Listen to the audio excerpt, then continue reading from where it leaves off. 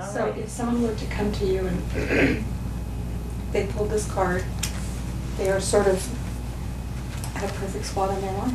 Yeah, they're in the final test. They're in the final test, but they're standing in the perfect place. They might not be able to see it. So, like, you'll get these women that come in, they're like, oh, you know, and they're all in this panic, and they pull the moon card. I'm like, you're standing in the door. You are standing in the door. There is a door. There's an answer right here. Like, you are exactly where you need to be in time and space. There is an answer you cannot see, but you're standing right in front of it. You're so close to it, you can't even see it.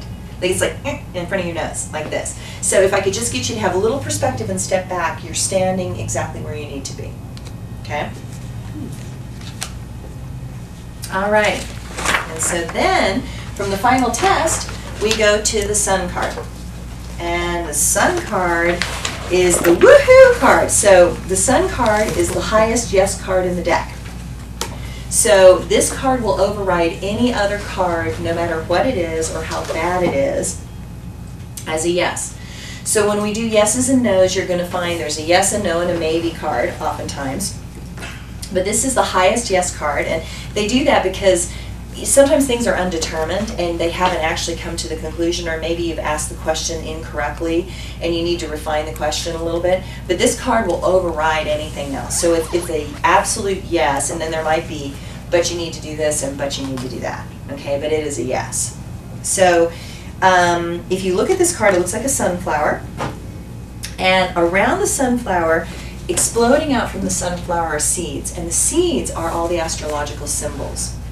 So all the astrology is coming together. So you've done the final test of the moon. There's this expansion of awareness as you start to integrate all the knowledge from all the astrological signs and symbols.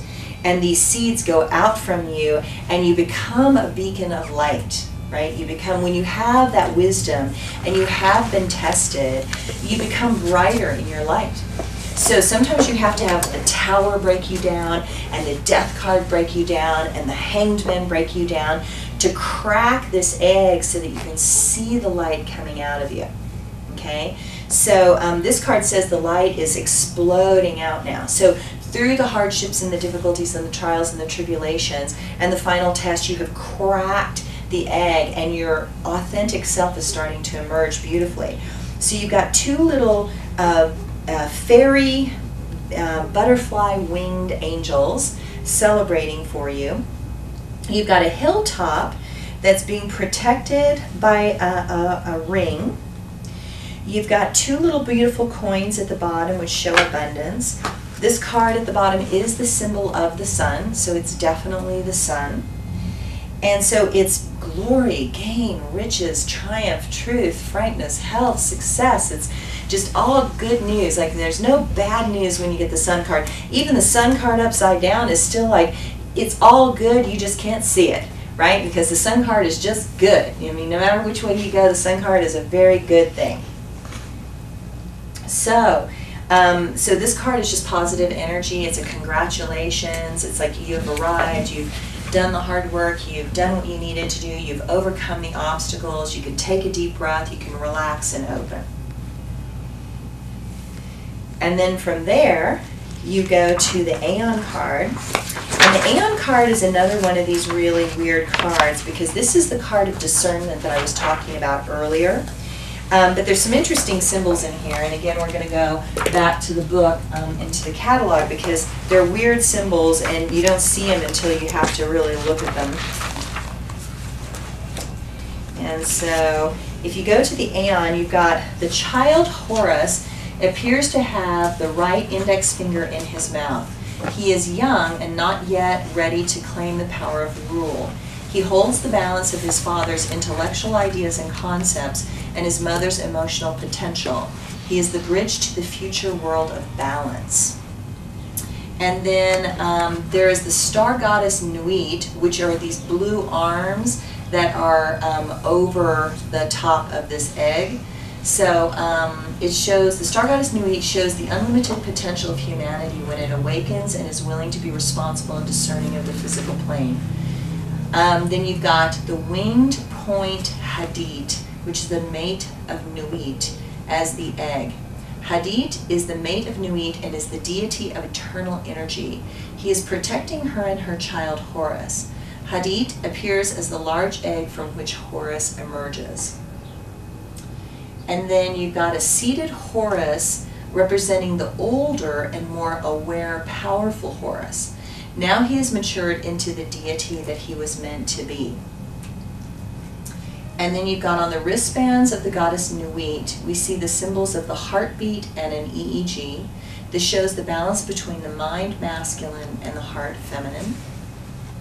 And then under the wings are a man, a woman, and a child encased in the womb. This shows that there is still new life being created. Humanity is still growing and evolving. There are aspects that are not willing to be born yet. These represent the unconscious, conscious, and higher conscious aspects of man as we continue to grow and evolve. So when you get this card, you really want to see this card as this maturing process of your innocent self into a more mature self. And as you have that maturity, there's a protection of the gods and goddesses for you, and there's a rebirth of your energy from having the integration of the innocent part of yourself with the maturing, conscious, clear part of yourself. And it's only through being innocent and open, as well as conscious and clear, that you have discernment. Like, you don't want knowledge and without that innocent openness. You want really both. You want the discernment, and to have the discernment you need to be open, and you need to be aware, and you need to be mature, and you need to be responsible all at the same time.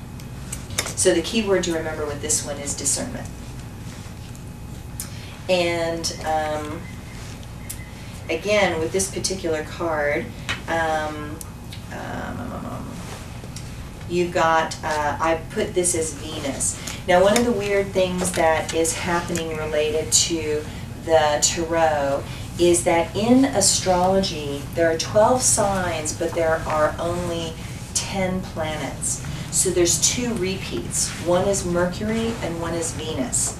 So Venus repeats twice and Mercury repeats twice because they actually couldn't see all the planets at that point, okay? So you're going to find 2 Venuses and 2 Mercuries, okay? So the first Venus was the Empress card, right? So if you kind of just remember that one, okay? So then the last one that we go to is actually the Universe card, which is completion. So I love this card because if you remember the Hierophant card, you had the 4 winds of change in the corners of the Hierophant card. Now you've got the 4 winds of change again. So this is a more mature form. This looks like a spiraling galaxy with the goddess in the center dancing with the snake, okay? And that's a really beautiful thing. So the dancing female is standing on a serpent's head. So the maiden is the symbol for the goddess Erinome. Did I say that right? I always say that wrong. The Greeks believed that she danced with the snake Ophion and created the world. Here she is dancing and telling us that the old world has found its completion and now she begins again. This is the way of all things. We end one thing and begin a new cycle. The circle always continues. The snake is in the position of mating sea snakes, showing that passion is the motivating force of the universe. This is the snake of life and sin. The maiden has resolved her fear of the snake and has united herself with the cosmic dance of life. And so then you've got all the cherubs, the different winds of change. And then at the very bottom, this thing that looks like a barn, at the very bottom, is actually Sullivan's map. Now you have to remember when these cards were made, they didn't have the periodic table. So the very first thing before the periodic table, which was the table of all the elements, was Sullivan's map. So this is Sullivan's map. And so it represents all the elements that were known at that time. Now we know that there's more elements, but this was all they had back then was Sullivan's map, okay? Okay, and then there's the Mobius in the background is a geometrical pattern. It's a grid of energy that connects all things physical, emotional, mental, and spiritual. And again, we've got the symbol of Saturn. Saturn is the planet of hard work and struggle, which symbolizes that in completion, there's a lot of work. There's a lot of struggle to have completion in some way. Now, we're in the book where you have questions to ask on all of these. Yep. Are these questions if it's reversed or just questions in general? Questions in general. Okay. So these are the questions to ask whenever Okay. this card shows up. Okay? All right. So if someone draws this card, what would you tell them? They're completing something, they're finishing something up, whether it's completing a job or completing something at school, or it's completing some sort of inner spiritual work, and usually the cards around it will tell you something about what they're completing. So but there's some sort of completion and there's a dance with that. And they're about to begin something new.